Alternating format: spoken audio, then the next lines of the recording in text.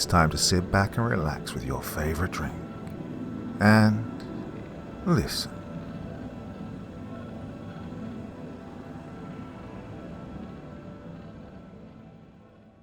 I have the ability to sense the demonic. One hell of a birthday.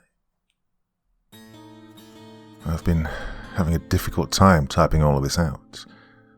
Not only am I not a writer, but I've been debating whether or not sharing this so openly is such a good idea.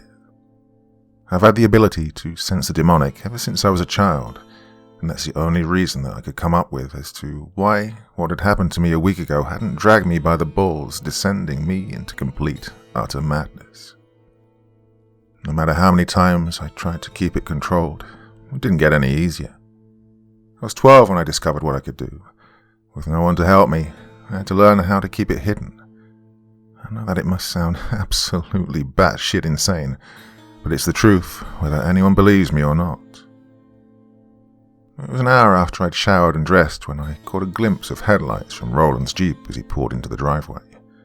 Roland and I have been roommates for over a year now, after my grandmother passed, but well, we've been best friends since I was 10, a few months after my parents' tragic deaths. At around 6'2" and handsome with dark brown hair, olive skin, hazel eyes, and an outgoing personality, he was usually the center of attention. At one time I'd even grown feelings for him. Roland wasn't a homophobic asshole, but to avoid any awkwardness between us, I just decided to keep my feelings to myself. Not to mention that Roland seemed to have shown zero discernible interest beyond our friendship.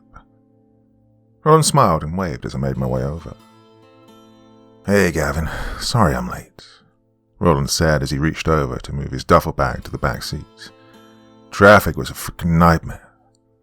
I shook my head and shrugged. "Don't worry about it, man. Oh, hey, you sure you're still up for tonight? I mean, if you want." Roland shook his head. "Hold up. Are you seriously suggesting that we postpone your 21st? Nope, unacceptable."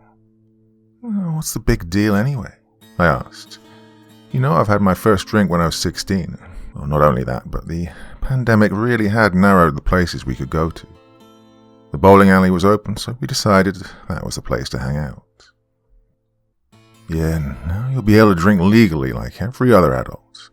Plus, I've been stuck inside a cabin in the woods for an entire week, so damn right we're going to celebrate." For years, Roland had been going on vacation with his family once a month, the perks of working with his father.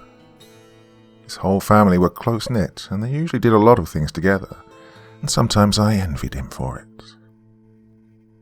"Oh, and did you forget? Arian will be there too," Roland added. He wiggled his eyebrows, and I smiled warmly at the thought of seeing her in person for the first time. Her and I have been chatting online for months, and we fell for each other immediately. Rather than being the manic pixie dream girl, Arian embodied that cliché with a toughness. She had a unique personality and had a few things in common with me. She had shoulder-length black hair, dipped in pink tips, embellished by pale skin and beautiful icy blue eyes. She told me how her friends would compare her looks to Alexandra Daddario, and quite honestly, I could see it. We arrived at the bowling alley at around 7 to meet up with the others. Arian waved at us as we got out of the Jeep and put on our masks. The petite curly blonde who stood next to her was her best friend, Shelby, and the tall beefy dark-skinned man was Shelby's fiancé, Jasper. I kind of knew them from high school, but we'd barely talked. We were more like ships passing in the night. As far as places went in a small town, the bowling alley was well cared for, but the balls for rent came with small notches taken out, and lanes featured a few divots here and there. Well, in my opinion, it wasn't ideal if you were seeking competitive sport, but the fry oil that wafted from the snack bar was enticing enough to compensate. I walked up to the register where Arian stood with her purse open, apologizing to the plump boarding man behind the counter. "Oh, crap. I must have left my wallet at home or something." "Here, let me," I offered as I pulled out my own wallet and placed enough cash down for both of us. Arian looked up at me as the man handed us 2 pairs of shoes. "You didn't have to do that, Gavin," she said. And she grabbed her shoes and tucked her purse underneath her arm. "Especially not on your birthday." "It's fine. Don't worry about it." I shook my head and grabbed my scuffed-up bowling shoes and thanked the man for being patient with us. The guy just gave me a beleaguered sigh in return. I didn't blame him. If I had to deal with all the children's parties that happen here quite often, I'd probably be a little bitter too. After I'd laced up my shoes, I made my way over to the racks that displayed the different variety of balls. I ran my hand over a few available options before I eventually settled on a black one with a purple printed skull on it. Arian walked up beside me and my chest swelled. "Hey," I said. "Hey." She glanced down at the ball I had in my hands. Nice choice. That's usually my go-to when I come here with my dad. "Oh, do you want this one? I can pick a different one," I said. "It's fine. I just think it's kind of cool that we have similar tastes in balls." She chuckled as she grabbed a crimson ball with golden swirls on it. She held it up, and I watched as her slender fingers slid into the holes. I was about to crack a joke about it when I suddenly felt lightheaded. I glanced around, but nothing really stood out to me until I looked over at the snack bar.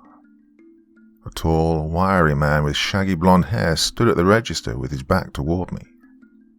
His head snapped in my direction, and my breath hitched. I watched as his true face rippled beneath his human facade. His skin was milky white, and his obsidian eyes narrowed at me. I quickly averted my eyes and placed the ball on the rack. "Hey, Gavin, are you all right?" Arian asked, giving me a look of concern. "Yeah, I'm fine. I'm just going to go to the restroom. I'll be right back." As I washed my hands in the sink, I kept replaying that man's face in my head. My heart raced and I felt hot. I needed to calm down. Maybe he didn't see me. Maybe it's all in my head. Maybe. When I looked up at my reflection, something made me stop and take a second look in the mirror. What the hell? I thought to myself as I kept examining my face. My throat squeezed with fear as I stared at the left side of my face. Black, spidery, thread-like lines creeped from my scalp and across my cheek. They interlaced with one another. Instead of my natural grey, my eyes were oily black. What the fuck? Oh, that was a new one. I nearly panicked as I quickly backed away from the mirror, and I yelped when I heard a knock on the other side of the door. "Hey, Gavin, are you in there?" It was Roland. I glanced back at the mirror and expected to see dark lines and black eyes. But there was nothing. It was just my normal face that stared back at me. I debated whether or not to open the door. There was possibly a demon ordering pizza, and there was a good chance he saw me and my face. Another knock. "Gavin, are you in there? You didn't get stuck in the toilet, did you?" I took a few moments before I calmed myself down, placed my mask back on, and unlocked the door. Roland was right outside, giving me a worried look. "Whoa, man, you all right? You're looking a bit pale." I took a deep breath and nodded. "Yeah, I'm fine. Come on, let's start the game already," I said, walking back over to the racks. I just need to keep my head down, and if I see that man again, I'll just have to ignore him. We all sat in the uncomfortable plastic chairs as Jasper stepped up first. We all watched as his ball rolled all the way to the left and right into the gutter. "I thought you were an excellent bowler, babe," Shelby giggled. "Oh, excuse me, just a bit rusty is all." He faked hurt and kissed her on the forehead. "You two are so cute," Arian gushed, and then she turned to me. "Okay, Gavin, you're up." I got up from the chair and strode up to the wooden platform. I held the ball up and peered over at the newly erect pins. I took a deep breath and drew my arm back and swung it forward with a slight twist. The ball spun dizzily as it flew down the lane with a characteristic curve. "Come on, come on," I whispered in a mantra. Luckily, the ball connected with a thunderous crack as all the pins clattered to the floor. "Hey, nice job," Roland and Arian cheered. After our game, the five of us headed to the parking lot.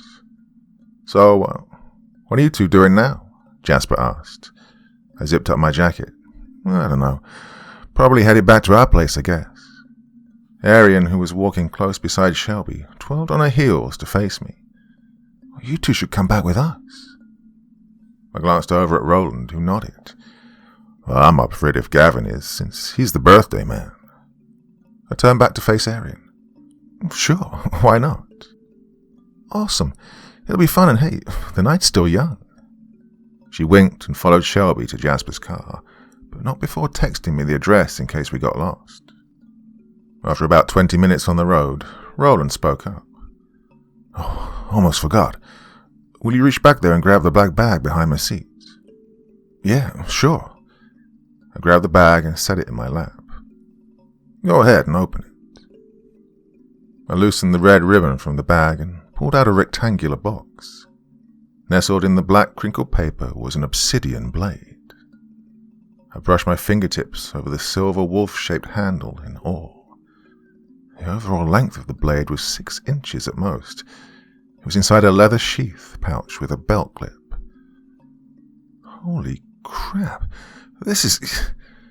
It sure is. I know you've been wanting to get one for a while now. Plus, I also know how much you love wolves, so I had the handle custom made. Happy birthday, Gav. "Thank you so much," I said as I placed the blade back into the box. I was about to place the lid back when suddenly the Jeep began to shudder violently and the back of it slid sideways.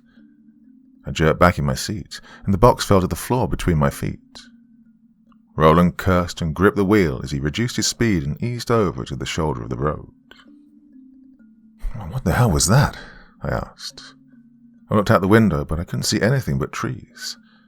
"Oh, God damn it," Roland sighed and unbuckled his seatbelt. "I think one of the tires must have blown. You all right, Gav?" "Yeah, I think so." "Good. Just stay here. I'm going to check the damage." "Be careful," I called to him as he hopped out of the Jeep. "There could be monsters out there."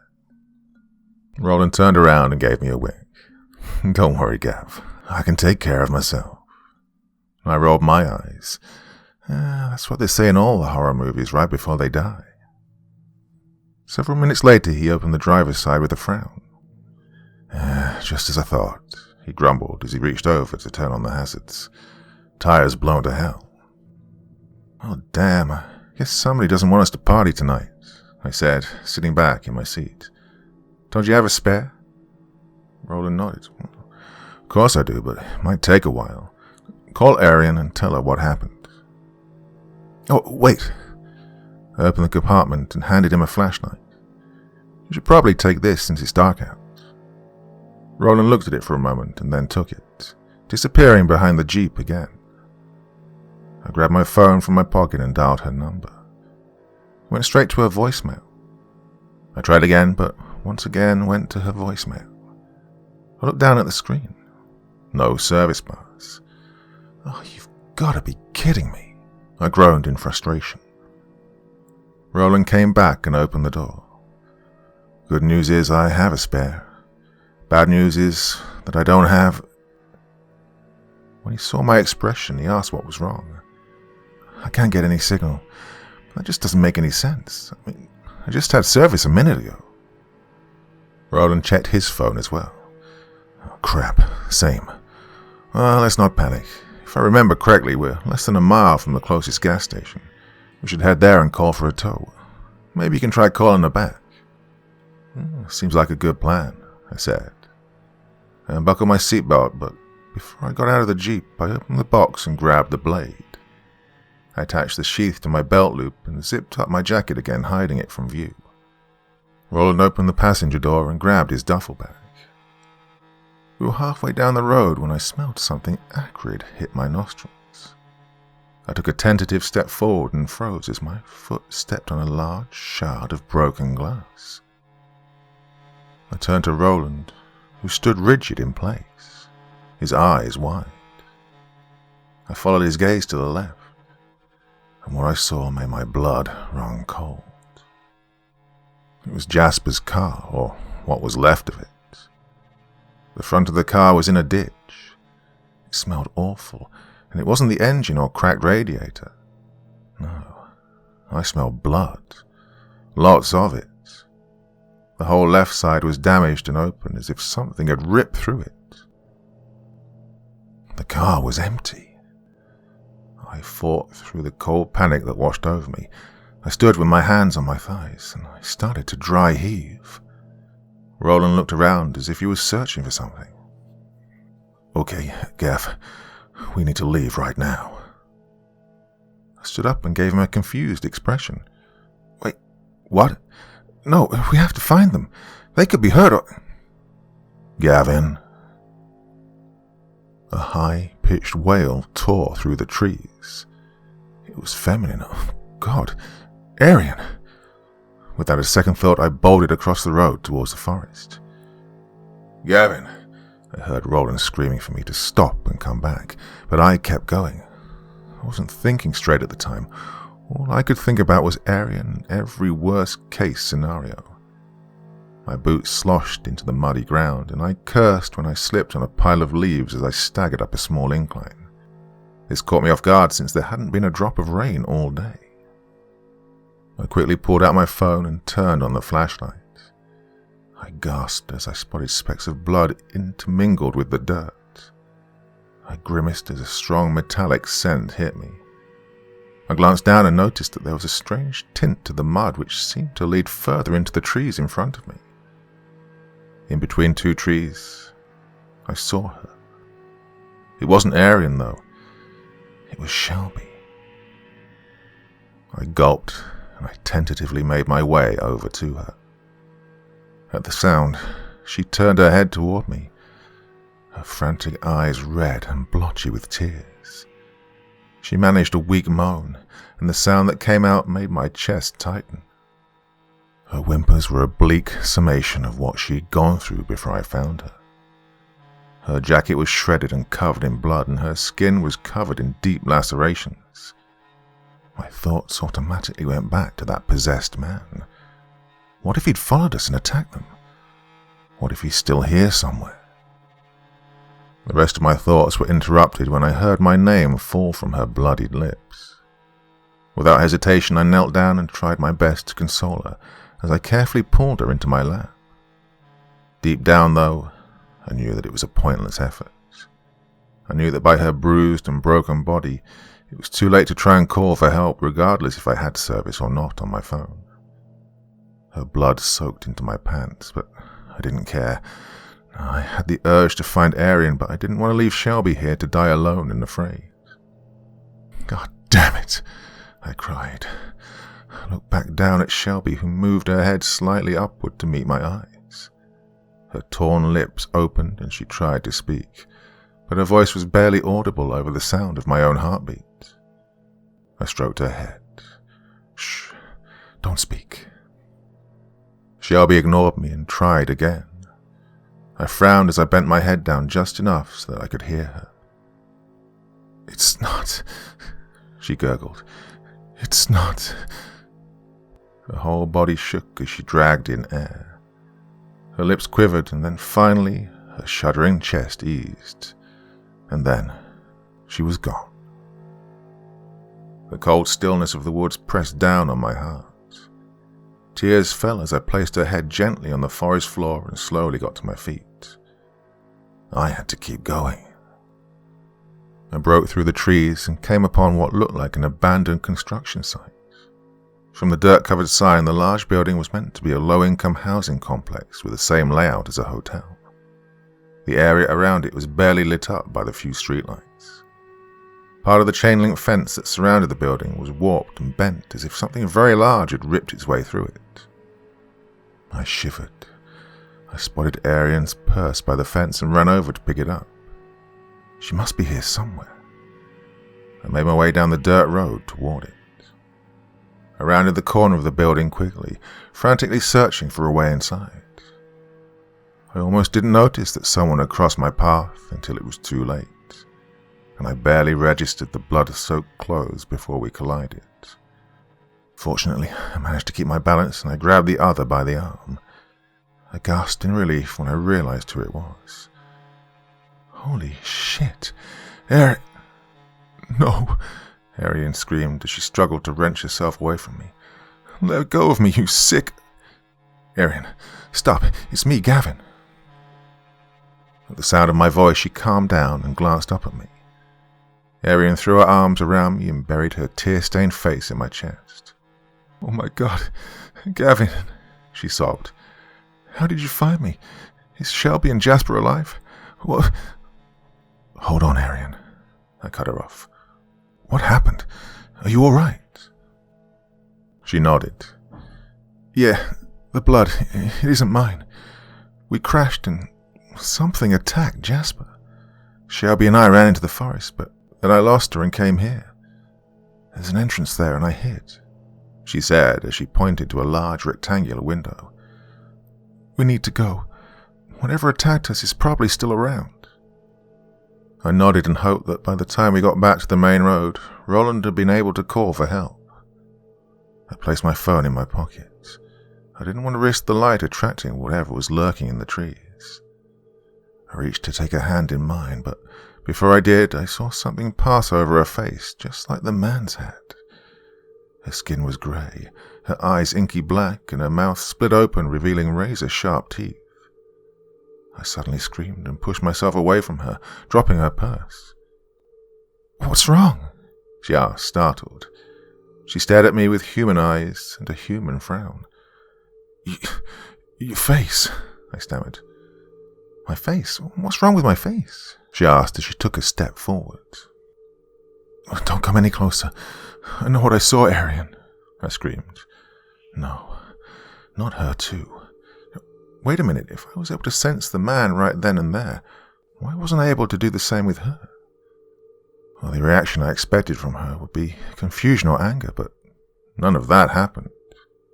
Instead, she just smiled, a toothy smile. So it is true, she chuckled. I've been able to blend in amongst your species for a very long time now. No one's ever been able to see through my glamour. That is until I met you. I'm curious. How are you doing it? An icy cold feeling washed over me and my heart lurched. My stomach twisted with a sensation I couldn't put into words. I couldn't even muster up a response, but Arian didn't seem to be waiting for one. Or can it be that you don't even know her? She cocked her head. It almost makes me wonder what other charming little talents she might be hiding. She started to circle around me. She sized me up as her dark eyes fixed on mine. Oh, I've been watching you for a while, and I've got to say I was very surprised you were able to sense one of us so quickly. My heart thudded in my chest. Arian knew this whole time. She knew who that man was too. Was this some plan to get to me? I tried to keep my ability hidden so that I wouldn't draw any attention from their kind. I must have messed up somewhere. Why? Why wasn't I able to sense the thing inside of you? Arian sighed and stopped moving. Thing? Well, first of all, that was rude. I mean, I may be a demon, but I do have feelings, you know. And to answer your question, I honestly don't know. Although unlike the one you saw at the bowling alley, I don't need a vessel in order to walk topside. Oh, what a mess this whole thing has become. I knew I shouldn't have used a demon fresh out of hell.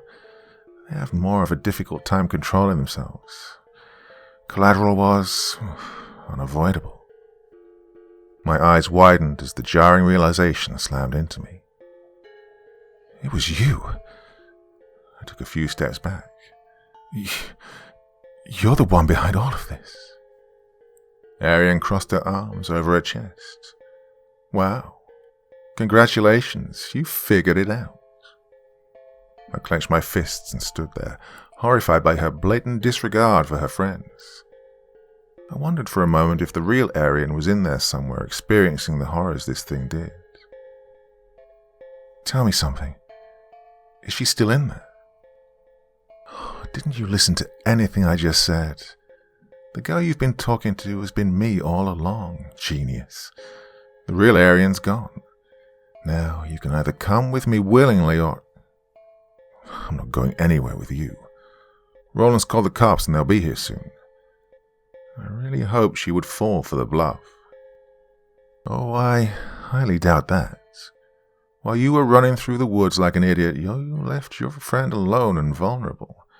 Poor thing's probably roadkill by now."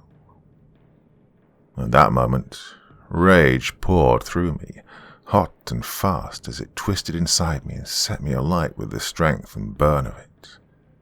I could feel something primal and dangerous stir within my chest. Before she could react, my fist connected with her cheek. "Oh, you bitch," I screamed. "I'll fucking kill you." I wanted to rip her eyes out of her skull. I barely registered the pain in my hands as I landed another blow to her face hard enough that she staggered backwards. She snapped her head in my direction, and her face contorted into a snarl as she wiped the blood from her mouth. "I was going to offer you a choice, dumbass." Her voice deepened, and it sounded like something was bubbling from her throat. She glanced down at herself. "Oh, this body is too much of a hindrance. I must take you in alive, but if I happen to rip off a limb or two to keep you from struggling, then so be it." A freight train of horrified amazement slammed into me as her whole body expanded and stretched. She tore roughly at her clothes and threw the material from her body just as her breasts flattened, replaced by a broad and muscular chest. The demon was vaguely humanoid, with a tail that slightly resembled that of a xenomorph's. It stood around 8 feet tall on reptilian clawed feet. Black veins pulsed beneath grey skin. Bat-like ears twitched as it dragged in a deep breath through slitted nostrils, and its mouth split open, adorned with a row of sharp, jagged teeth. Its black eyes were trained on me. I felt a sudden wave of dread as I stared up at the large, monstrous being in front of me. The demon lunged forward and pulled me in close. I gagged when I caught the coppery odor of recently spilled blood. A large hand grabbed my chin, and I flinched as one of its claws sliced into my cheek.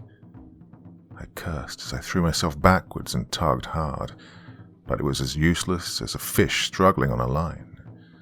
My whole arm ached, and I knew that if I kept it up, I'd dislocate it. The demon made a low, guttural growl, but before it could do anything, it paused and lifted its head toward the forest.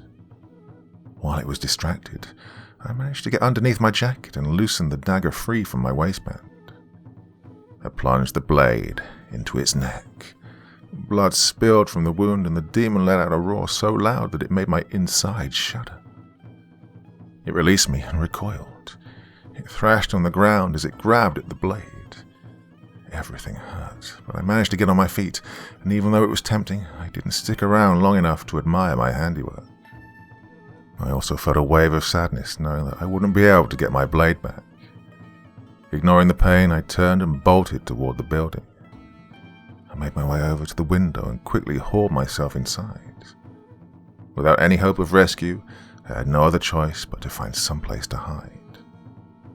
I scanned the area and noticed that some of the floors were dilapidated and a few were blocked off by debris.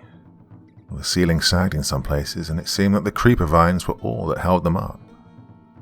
I turned a corner and noticed stairs leading up to the second floor. I quickly made my way over. Unfortunately, I wasn't quick enough. I barely made it up the last step when a large, clawed hand grabbed my right leg. How the hell did it get in without me hearing it? Oh, and I didn't kill it. The wound on its neck was in the process of healing. I panicked and slammed my free leg into its face. The demon let go of my leg and tumbled down the stairs. It would have been comical if not for the fact that I was in serious danger. I bolted down the hallway and turned right. I ran into one of the rooms and shut the door behind me. By the light of the moon, I noticed that I stood inside a large room with walls covered in graffiti. Dusty furniture was propped here and there, and wooden pallets lay broken across the room from a decayed, mold-infested mattress. There was a window overlooking the woods. I ran over to it. I tried to open it, but it wouldn't budge. I sobbed and collapsed to my knees. My thoughts were hazy at that point, worn thin by exhaustion. I knew that all of this was futile, and I was dealing with someone far more powerful than I was. My resignation broke as soon as I heard movement from outside the door. I forced myself to my feet, driven only by an instinct to survive. Oh, the demon tore through the door. I screamed as it lunged for me again, and we both fell onto the mattress. It snarled as it pulled me under it with its tail.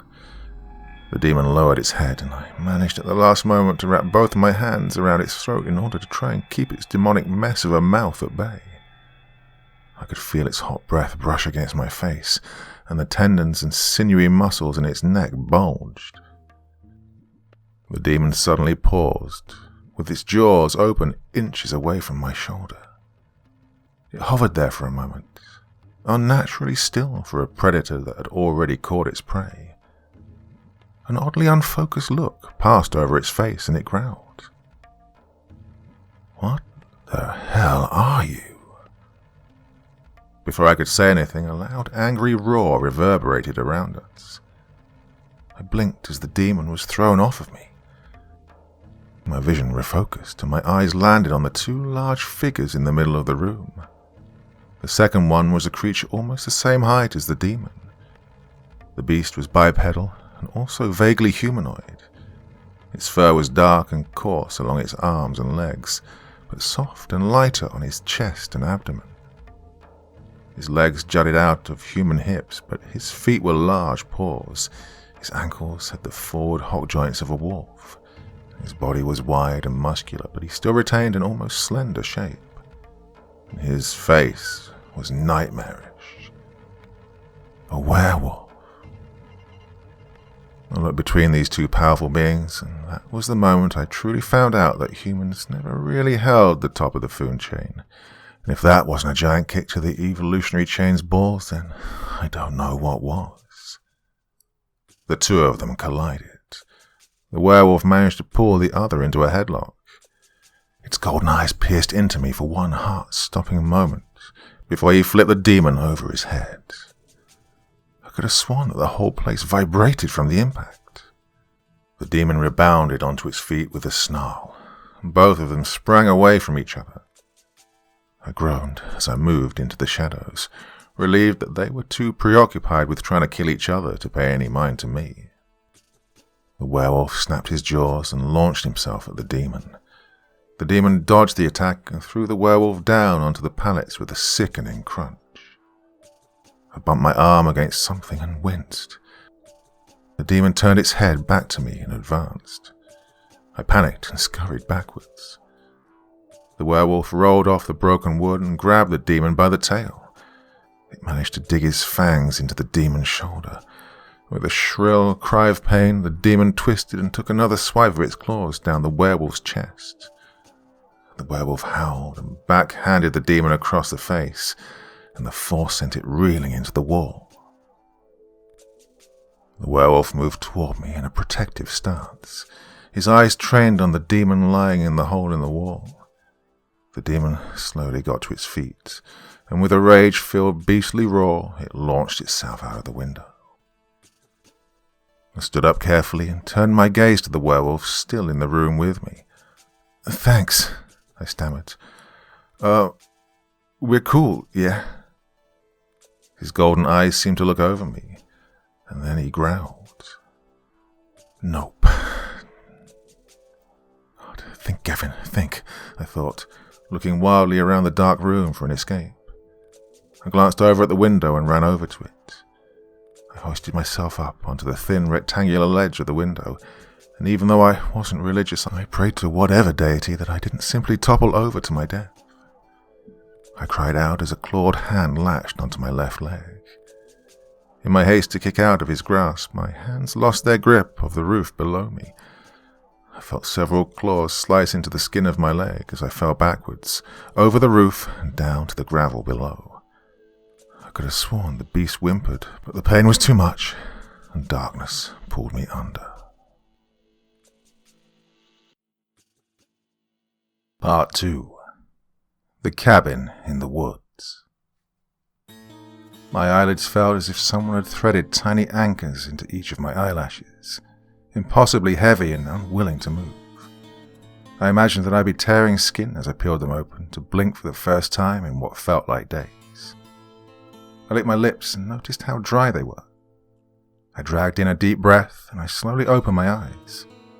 With a slight grunt, I hauled myself into a sitting position and winced. Oh, damn it. Okay, that was a mistake because everything ached. There was a switch near the miniature lamp on the dresser and I squinted as the ceiling lights flickered to life. There was an oak desk across from the twin-side linen sheet bed I was tucked in. Next to that stood a large walk-in closet built into the wall and a restroom near the door. I glanced down and noticed that my clothes were replaced with a plain grey tank top and sweatpants. I subconsciously reached for my phone to check the time, but it wasn't on the nightstand. What sat on there, however, was a black pitcher, a ceramic cup, and my wallet. Careful of the slight weakness in my arms, I poured myself a drink. I licked my dry lips and sent a thanks to no one in particular as I drank the water down like it was lifeblood. I suddenly winced again when I moved my leg. Curious, I tentatively removed the thin blanket and rolled up my pant leg, revealing a bandage wrapped tightly around my calf. I took in a few shaky breaths as the recollection of that night doused my veins in ice water. I placed my head in my hands to try and calm the spiral of emotions as tears threatened to spill down my cheeks. I heard a knock and the door opened. I sniffed and rubbed my eyes. "Oh, you're awake," said a female voice. "Roland will be relieved. He's been freaking out over you since he brought you here all bloody and unconscious." I turned around to the source of the voice.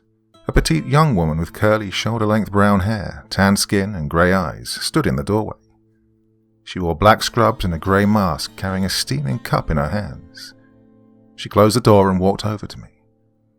"Roland, wait, he's alive. He's here?" A huge wave of relief washed over me, knowing that my best friend was all right. "Do you know where he is now? I need to see him." Ignoring the pain, I moved to push the rest of the sheets away from me, and that's when she held out her free hand toward me. "Whoa, hold on. I don't know where he is right now, but I'm here to check on you and make sure you drank your medicine when you woke up," she quickly explained as she motioned to the pitcher. "But hey, since you already did, I guess that makes it easier for all of us. Well done, you." I blinked and glanced nervously at the pitcher beside me. I hadn't even realized that it had been anything but water. "You should probably eat," she added. "You haven't eaten anything for almost 2 days." Well, that made sense. Now that I was awake, I could feel a painful gnawing sensation in my stomach. It was a clawing hunger, more intense than anything I'd felt before. But then again, I'd never fasted either. You don't happen to have any horses around here, do you?" I asked sheepishly. She shook her head and grinned. "Nope, sorry. But if you drink this," she offered me the mug, "your hunger will go away." I decided quickly that being drugged at this point wouldn't make much of a difference. I did as I was told and took the mug from her. It was filled with a thick, dark liquid. I crinkled my nose. The substance smelled of herbs, spices, and something rich that I couldn't place. I took a sip. "Wow, this is actually really good. What is it?" "One of the doctor's famous recipes, and they work wonders," she said. "Well, I'd better go. I'll make sure to tell Roland that you're awake when he gets back." After she left, I placed the mug on the nightstand and slid delicately to the side of the bed, being mindful of my bandaged leg. I flinched when my bare feet had made contact with the floor. I walked stiffly into the restroom. It was clean and depersonalized. I opened the small mirror above the porcelain sink. Rust marks tackled the metal shelves that showed where things had been not long ago. I stared into the mirror and inspected my face as I tore the bandage from my cheek.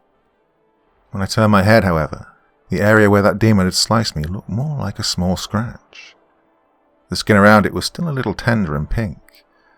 How was that even possible? I could have sworn that I received a pretty nasty cut to my face. Well, I'm not going to complain, but the last time I checked I didn't have any special healing powers. Maybe it wasn't as bad as I'd thought. I examined my face and breathed a sigh of relief. At least my face still looked normal. The sound of footsteps broke me out of my thoughts. I was just leaving the restroom when the door opened. Roland rounded the doorway with his hand against the frame. The other was holding a bundle of clothes, and he looked exhausted. I've never seen him like this before. I felt a pang of guilt run up my spine. I truly believed that I was protecting the ones I loved by keeping my ability a secret, but, well, I was wrong. People had died that night. Roland could have died that night. Before he could open his mouth, I pulled him into a hug. My whole body began to shake as I sobbed. I'm so sorry, Roland. Roland hugged me close. Hey, it's all right. You're safe now. There's no need to apologize, Gav. I let him comfort me for a minute before we both broke apart. How did I get here? I brought you here, he answered simply. Wait, but how? There was some some animal in there with me. How did you manage to survive? Roland gave me an apprehensive look. That was me, Gav, he said gently. I'm a werewolf. You're what? I said, perplexed as I struggled to really understand what Roland had just told me. But I would have known, right? I mean, all these years that I've known him, I would have seen some sort of sign, and it wasn't like I was ignorant of the real world or what was really out there. I knew demons existed, so I was always open to the possibility of other supernatural beings, especially after witnessing a full-on werewolf versus demon showdown that night. But knowing a werewolf personally felt so surreal. I'm telling you the truth, he said. Why would you lie about something like that? I asked. I immediately felt like a hypocrite as soon as the accusation left my lips. I was so upset at Roland for keeping a secret from me when that's exactly what I'd been doing. My not-so-righteous indignation drained out of me, and I walked over to the edge of the bed and sat down. Roland took a moment before he came over. He placed the clothes on the table and sat down beside me. I didn't actually lie to you, he refuted slowly. I just omitted certain parts of the truth. Those are some big omissions, Roland, I said. Yeah, all right, but I swear to you that nothing was an out-and-out lie. He noticed the look on my face and frowned. Please, Gavin, don't be afraid of me. I'd never hurt you. Then he glanced down at my calf. Yeah, I swear that was an accident. I felt the demon was still out there and I panicked. I held up a hand. Look, I believe you. I'm just trying to process all of this. Why didn't you tell me? Well, I'm bound by Lycan laws, he explained. But you deserve to know because of what happened that night. Oh, makes sense, I guess. So, where am I? I asked. You're in a hospital. Really? I asked as I glanced around. It doesn't look like any mundane hospital I've seen. Well, that's because it isn't. This place is an institution that provides medical treatment for sick or injured, supernatural beings like me. You know how my mom's a nurse? Oh, yeah, she works here, and sometimes I volunteer once in a while, he stated. We even have transportation and daycare, among other things. Are you serious? I asked. What if a human were to accidentally walk in? Well, they wouldn't be able to, Roland said. There's a glamour over the whole building, so humans would only see a private business. That's the whole thing. That's pretty cool, but why am I here? I'm human. Before Roland could answer, my stupid leg bumped against the nightstand, eliciting a curse from me. I can fix that, Roland said. He jerked his chin toward my bandaged calf. Your leg, I can heal that. Injuries caused by Mycan tend to take a little longer to heal. How? I asked. Just relax, Roland said gently. He carefully lifted my leg and placed it over his lap. He rolled up his left sleeve and reached into his pocket and took out a small knife. Oh, hold on, what are you doing? I panicked as I tried to pull away, but his grip was strong, unnaturally strong. He glanced over at me as he removed the bandage. I grimaced as I saw the 3 large claw marks. Relax, Gavin, he repeated. He took the blade and sliced his palm open. Blood pooled and dripped down from the wound. He carefully placed his hand on my leg. And then I felt it. A strange, warm sensation spread around the area. My first reaction was to grab my leg and hiss, but I fought to keep myself still. You okay? Roland asked. You just sliced your hand open and placed it on my leg like some weird blood oath, but yeah, it doesn't hurt at least, I said. A feeling like having my leg wake up from falling asleep spread slowly around it like pins and needles as the skin beneath his hand closed. The sensation eased and then disappeared completely. What was that? I gaped at him. It's called pain transference, he explained as he released my leg. We werewolves have the ability to absorb the pain of others and even heal them by our saliva or blood. Pretty neat, eh? Yeah. Hold on. I'm not a werewolf now, right? I asked. Roland chuckled and shook his head. No, that's not how it works. Humans turning are very rare. Did it hurt at all? You know, when I healed you. He leaned back slightly. Not really, but it depends on the severity of the injury. I'm guessing you've worked with worse, huh? I asked. Yep, I have, and I'd happily do it again, he said. You're a masochist, I scoffed. Roland laughed, and I felt a smile begin to tug at the edge of my lips. Hang on, what about this one on my cheek? I pointed to the light scratch. I could have sworn it looked pretty bad, and now it looks almost completely healed. Roland got close, and his brows knitted together. Are you sure? I mean, it didn't look that bad when I brought you here. Damn, I was kind of hoping to have supernatural healing powers. That would have been awesome. Okay, well maybe I was just... Suddenly the reality of what had happened came back to me, and I stared down at my newly healed leg. Hey, Roland, what happened to their bodies? I asked slowly. Roland sighed and took a few moments before he spoke. After what had transpired, he was able to get a hold of his father. Whomever his father had called, well, they'd taken care of it. He didn't go into too much detail, but whatever these people did, they were able to make it look like a car accident. Even though lying to their families didn't really sit right with me, I was relieved that the bodies of Jasper and Shelby were found and their families would be able to give them proper burials. I asked about Arian, the real Arian, but he just told me that her body was never found as far as he knew. This must all be so much to take in. I bet you feel like everything's going to hell in a handbasket, he said. I looked away from him.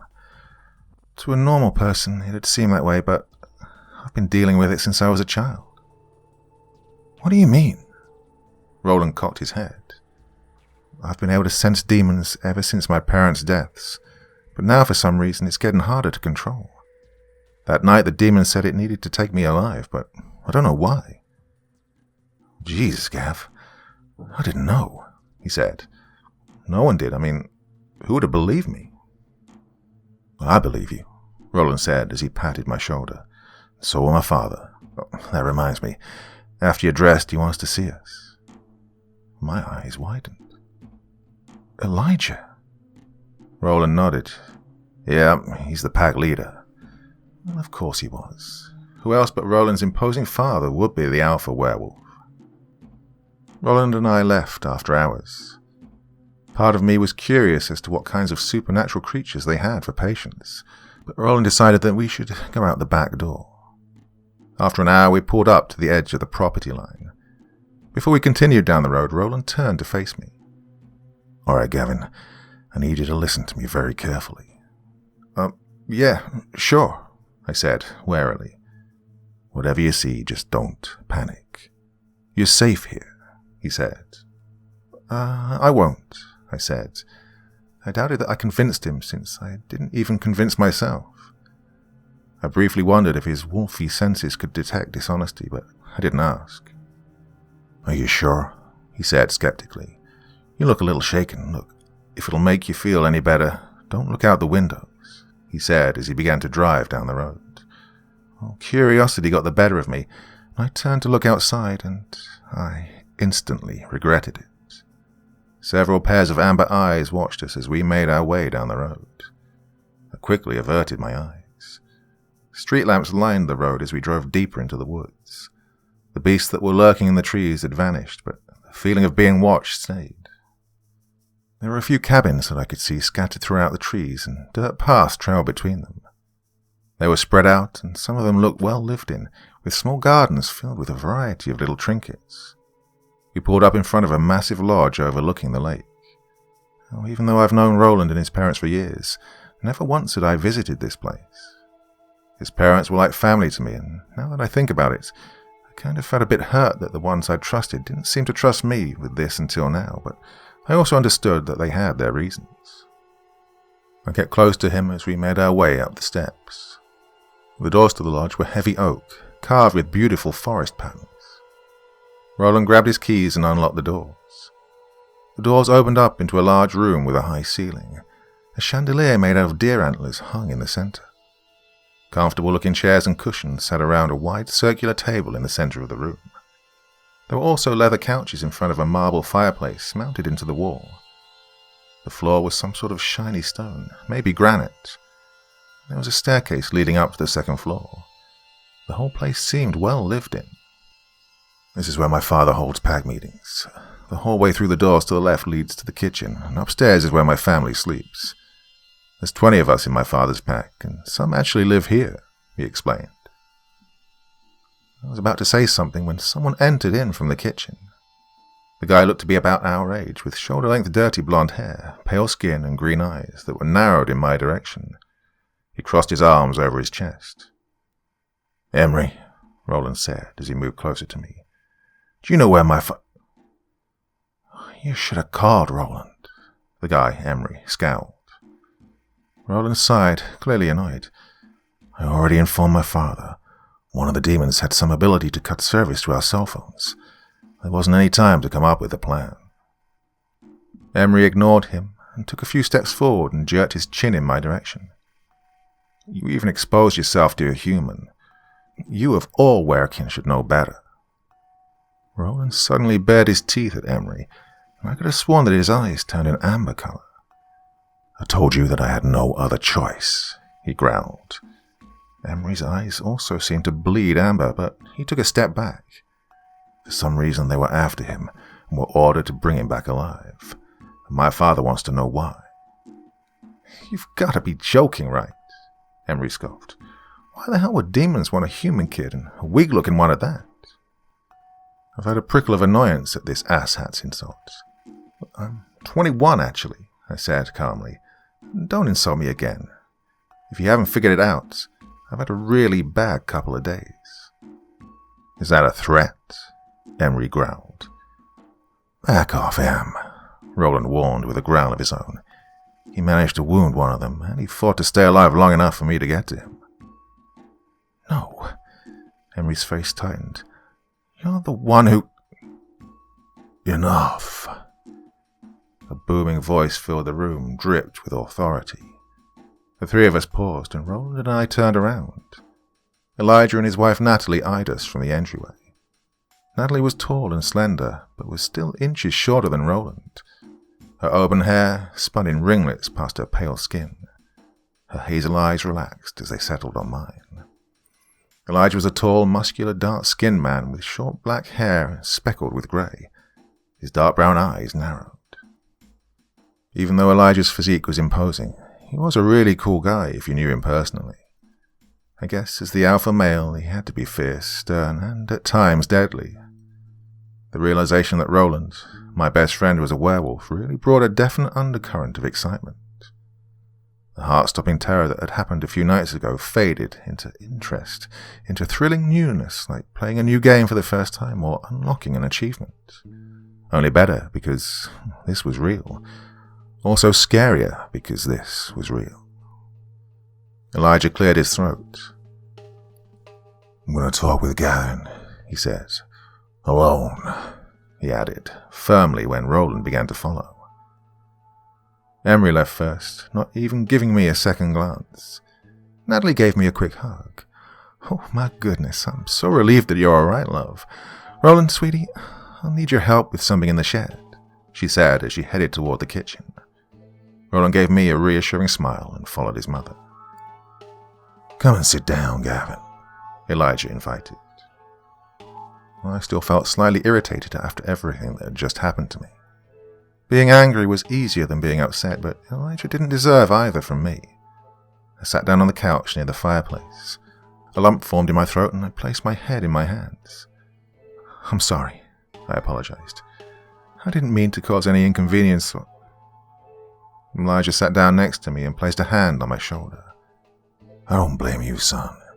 You've been through a hell of a lot, he stated calmly. Is there anything I can get you? Something to drink? I smiled weakly and shook my head. No, I'm fine, thank you. I just don't know what I'm going to do now. Elijah leaned forward and clasped his hands together. Well, perhaps you could tell me what happened. The demons that you and Roland dealt with. Was that the first time you've seen a demon? No, not like that. I mean, I've been aware of their presence ever since I was a child.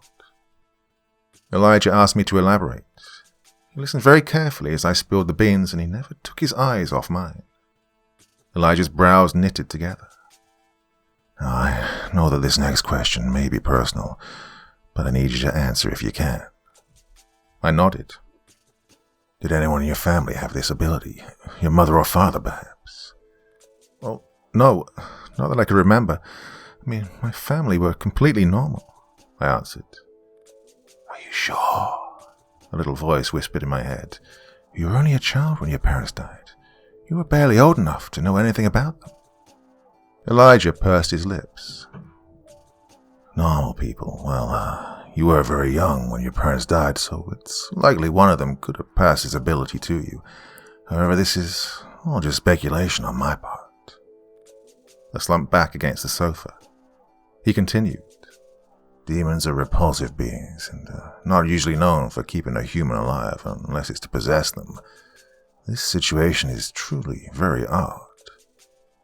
Or maybe it's because of what I can do, and they don't like that, I added, and they want to know how I'm doing it.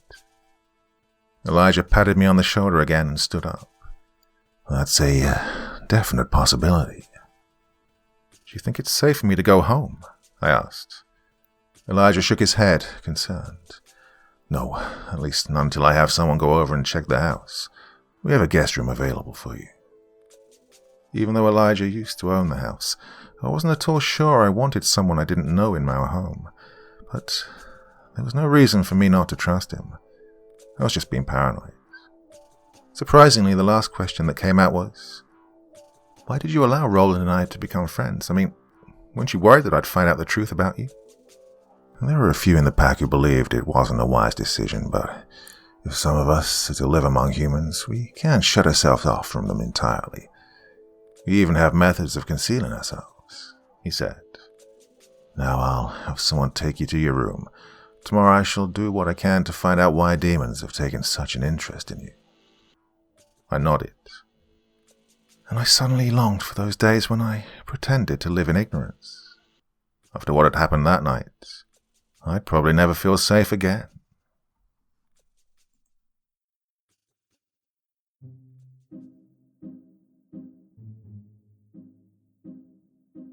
Well, I don't know about you, but I certainly think that this story has a lot more to give, and that there must be more to come. Extremely intrigued as to where this is going to head. I read those first couple, and I thought, well, I just have to do them. I can't wait any longer to unleash this collection on you. But I really hope it's going to be longer, and there are going to be more of these. So, if you liked it, please let the author know in the comment section below the video, and offer a bit of encouragement for this to continue, because I want to read more. Well, there you go, Friday night. Back again, I don't know. Something tomorrow maybe? No, definitely on Sunday. Probably not tomorrow. Have a bit of a day off. But yeah, I'll be back on Sunday and, of course, Monday. Those of you who tuned in for the podcast last night, sorry, I made a huge mistake. Basically, I had two long stories, and instead of putting them both together, I gave you the same story twice. But I've since remedied that, so if you gave it a listen, please go back, because it's all good now. Well, that's enough for me for one evening, but I'll be back again very soon, as I said. And, well, till the next time, very, very sweet dreams, and bye-bye. Thank you so much for taking the time to listen to this story today. Really means a lot to me and to the author of the story, of course. Well, if you want to know more about me, I'm pretty much everywhere on social media. You can find me on Facebook, Twitter, Instagram. You can download my music on SoundCloud. I've got a Patreon if you feel like. Throw me $1 or $2. Very much appreciated. And of course, on Reddit, I have a place where you can leave stories if you want me to read one that you've written. Well, hoping to see you all again very soon. Till then, sweet dreams. Bye-bye.